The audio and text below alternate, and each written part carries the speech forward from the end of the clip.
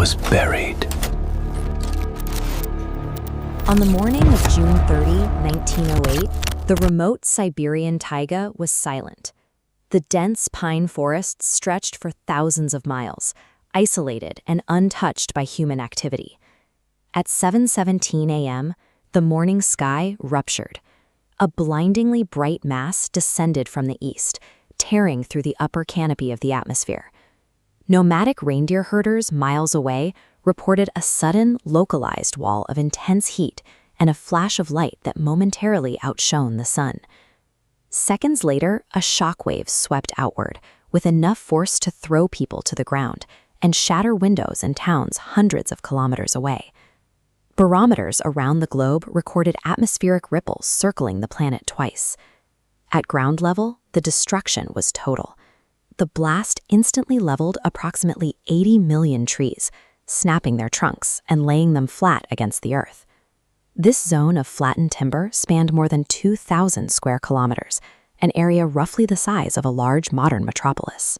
The measurable scale of this destruction created a physical contradiction that would challenge the scientific community for a century.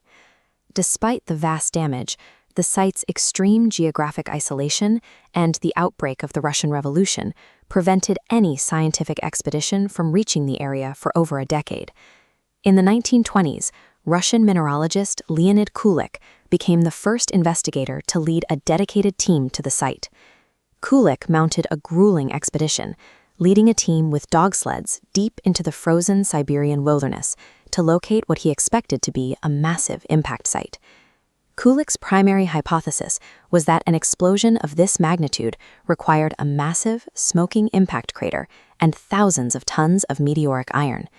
When the team finally reached the center of the blast zone, they found the ground was entirely unbroken. There was no crater and no sign of meteorite fragments. At the exact mathematical epicenter, the team discovered a strange anomaly, a small grove of trees standing perfectly upright. Their branches and bark had been completely stripped away, leaving them looking like a forest of wooden poles.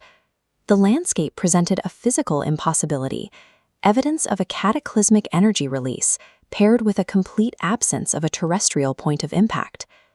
Solving the case required matching the known kinetic and thermal damage against potential cosmic candidates. The first theory tested was a massive iron meteor striking the Earth. Physics ruled this out.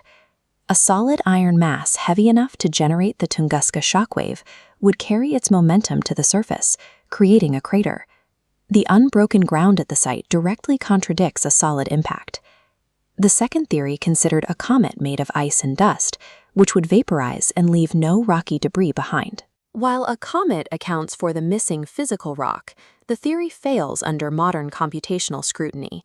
Computer models show that a fragile comet would break apart much higher in the atmosphere, dissipating its energy high above, long before it could deliver the concentrated shockwave required to flatten 2,000 square kilometers. The data instead points toward a stony asteroid measuring roughly 50 to 60 meters across. This object entered the atmosphere at a velocity of 60,000 kilometers per hour. At these speeds, the object encounters ram pressure. The atmosphere violently compresses into a dense wall of friction, causing the rock to catastrophically detonate 5 to 10 kilometers high. The downward blast wave strips branches, but leaves the epicenter's trunks upright. When that downward wave hit the solid Earth, it deflected outward horizontally. This lateral force created the butterfly-shaped pattern of flattened trees, devastating the forest without the asteroid ever touching the ground.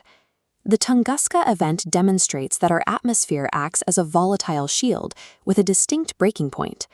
The 2013 Chelyabinsk meteor provided a modern observation of this phenomenon, where a mid-air explosion produced a shockwave that injured thousands. Atmospheric airbursts are an active feature of our solar system's mechanics as Earth drifts through fields of cosmic debris. The solution to the Tunguska case represents a triumph of forensic science, where decades of gathered data finally built a model that matched the physical reality of the site. The unbroken Earth provided the evidence needed to prove the largest explosion in history happened entirely in the sky. It answers the question, how can one of the largest explosions in human history leave almost no trace behind?